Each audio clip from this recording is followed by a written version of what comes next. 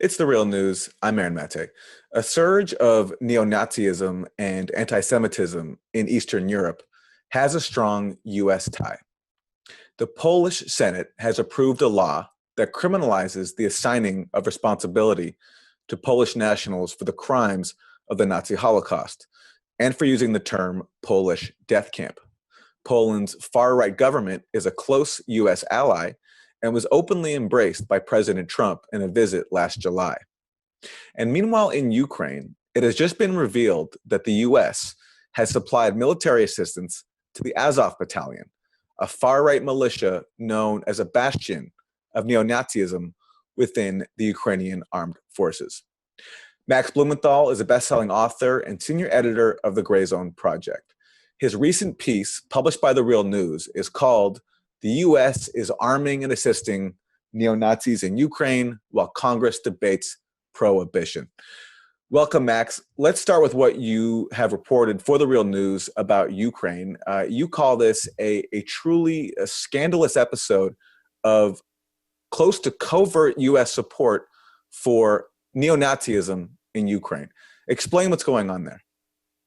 Yeah, the Azov Battalion is essentially a militia that's grown out of the Patriot of Ukraine party, which was a neo-Nazi white nationalist party founded by a street demagogue named Andrei Beletsky, who has pledged to restore the honor of the white race, in his words, has through his national or social national party in the Ukrainian parliament advanced laws forbidding race mixing, this kind of thing.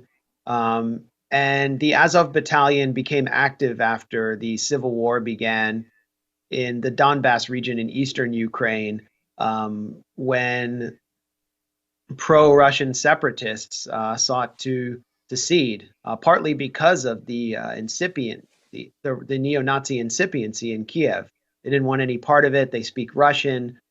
Their language is not going to be recognized by the new government.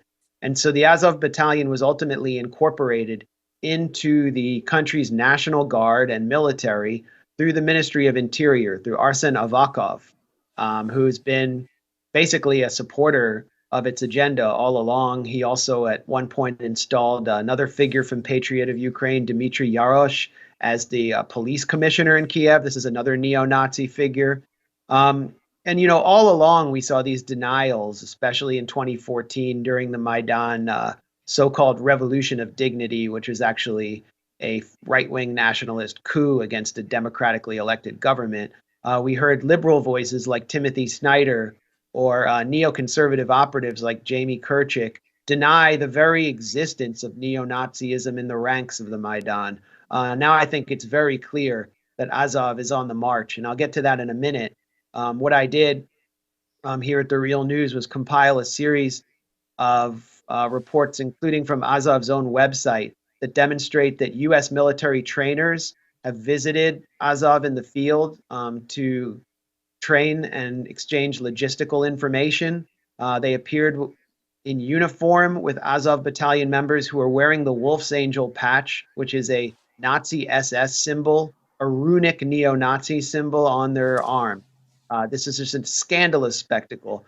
Not only that, contracts have been revealed showing that the Texas-based Airtronic Arms Company has produced PSRL-1 grenade launchers that were actually authorized under the watch of the State Department and delivered directly into the hands of the Azov Battalion.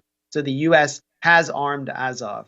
Azov actually scrubbed photographs from its website that showed them in the field with those very weapons. One reason this is significant is because the Azov Battalion functions in a lot of ways like ISIS has in Syria and Iraq, where it receives foreign fighters. It's received sniper training from a Swedish military veteran, and it received a French farmhand named Georges Monteau.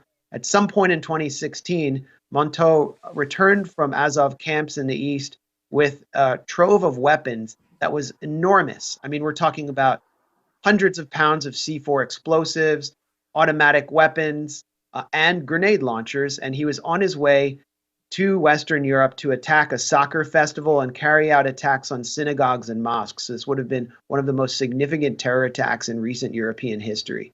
So it's a scandalous episode.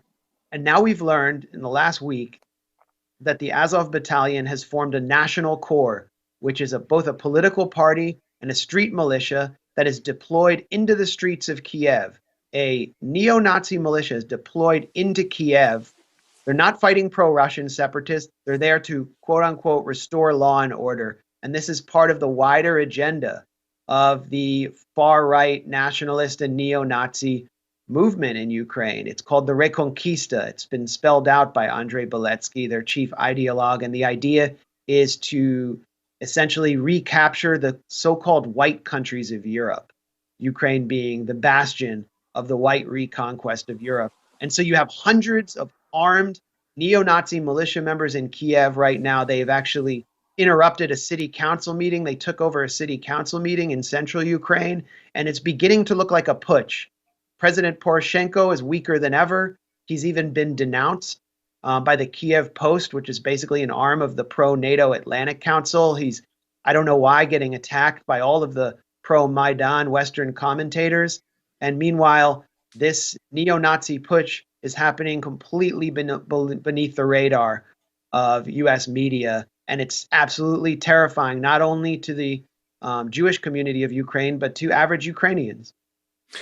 You know, Max, in the piece, you quote anti-Nazi activist Ephraim Zurov, who says that Ukraine has more statues for killers of Jews than any other country. I found that chilling. Now, there have been efforts in the U.S. Congress to bar the delivery of weapons to neo-Nazis in Ukraine, but they've been defeated. Is that right? Well, they haven't been defeated. They've been continually pulled from congressional defense authorization bills, and there is one prohibition that's on the that's been proposed. The House Appropriations Bill contains the language forbidding weapons to Azov, but in the meantime, while Congress dithered, the Trump administration authorized a shipment of tandem anti-tank missiles, extremely advanced anti-tank missiles from Raytheon. The U.S.'s envoy to Ukraine, Kurt Volker, who is connected to Raytheon through various means, which I explained in a separate article at TruthDig, is in favor of this arms shipment, and it's inevitable that it will reach Azov because, as I said, Azov has been absorbed into the national Ukrainian military and are considered some of the best fighters. Another point is that, if you look at the 600 or so Azov National Corps members who deployed to Kiev to restore national order, just the cost of their coats alone would cost over $1.7 million, according to several Ukrainian media sources. So who's paying the bills for them? How are they able to maintain advanced weaponry, such high-level uniforms? All of these questions suggest that they're operating hand in glove with the Ukrainian government, specifically the Interior Ministry of Arsen Avakov. So let's talk about Poland. You have this law just passed this week by the Polish Senate that criminalizes the criticism, essentially, of Poland's role in the Nazi Holocaust. I was struck by the language from the State Department in response to this. It was very mild. They talked about it jeopardizing strategic relationships, saying that the resulting divisions that may arise among our allies benefits only our rivals. So mild words there from the U.S. towards a very close ally, openly embraced by Donald Trump. Your thoughts on the role of the U.S. in supporting the Polish government, and also one of your areas of focus, which is Israel, which also has developed ties to Poland, although they have criticized this legislation. Yeah, I mean, first I should mention that Ukraine has enacted very similar legislation forbidding, basically banning any Ukrainian citizen from condemning Nazi collaborators like Stepan Bandera or Roman Shukevich, who've had streets and boulevards and memorials named for them across Ukraine. These are the Jew killers that Ephraim Zurov was referring to. In fact, Stepan Bandera Boulevard in Kiev leads to Babi Yar, one of the sites of Jewish slaughter that's remembered in Holocaust history. That's just disgusting to me. and it should be to everyone else. American Jewish organizations have been very silent on this matter. In Poland, the government, the Law and Justice government, this right-wing nationalist government, which received Trump very warmly. Trump gave that speech where he echoed a lot of their language about the clash of civilizations and values, has enacted, a law forbidding Polish citizens, or the Senate has passed a law forbidding Polish citizens from referring to Polish death camps. Essentially, they want to delete the extensive collaboration of Polish citizens, including people who are considered heroes by Polish nationalists today, from the annals of the Holocaust, because they were Nazi collaborators. They were war criminals who were involved in the mass slaughter, the industrial slaughter of Jews.